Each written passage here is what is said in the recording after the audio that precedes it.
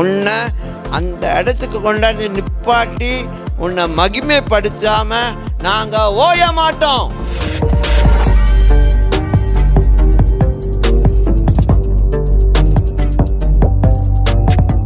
இயற்கைக்குள்ள காரியம் சரி, இயற்கை அப்பாற்பட்ட காரியம் சரி, எல்லாத்தையும் போதிக்கிற பரிசுத்த ஆவியானவர் உங்களுக்குள்ளே இருந்து உங்களை நடத்துவார். உங்களோட அசிங்கத்தெல்லாம் அவர் பார்த்துக்கிட்டு ஓடி போயிட மாட்டார்.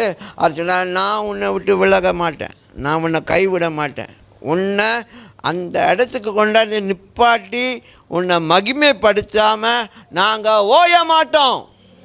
அதான் திரியேக குடும்பத்துடைய மோத்தோ. திரியேக குடும்பத்துடைய மோத்தோ என்னது?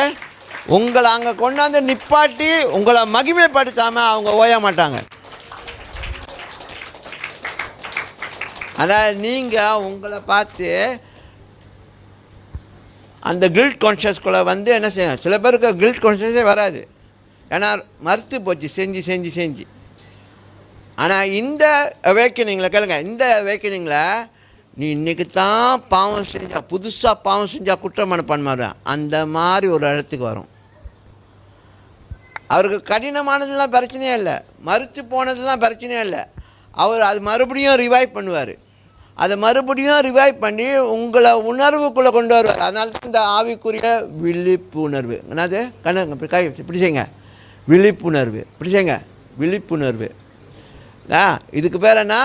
நீங்கள் முழிச்சிருக்கிறது. அப்படின்னா முழிச்சிருந்து எல்லாத்தையும் பார்க்குறீங்க, முழிச்சிருந்து எல்லாத்தையும் அனுபவிக்க போகிறீங்க.